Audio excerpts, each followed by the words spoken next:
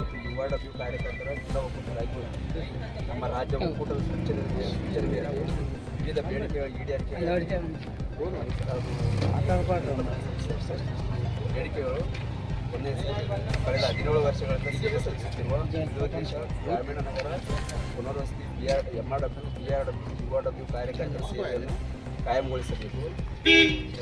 ವಿಕಲಚೇತನರ ಹಾಗೂ ಹಿರಿಯ ನಾಗರಿಕರಿಗಾಗಿ ಪ್ರತ್ಯೇಕ ಸಚಿವಾಲಯ ಸ್ಥಾಪಿಸಬೇಕು.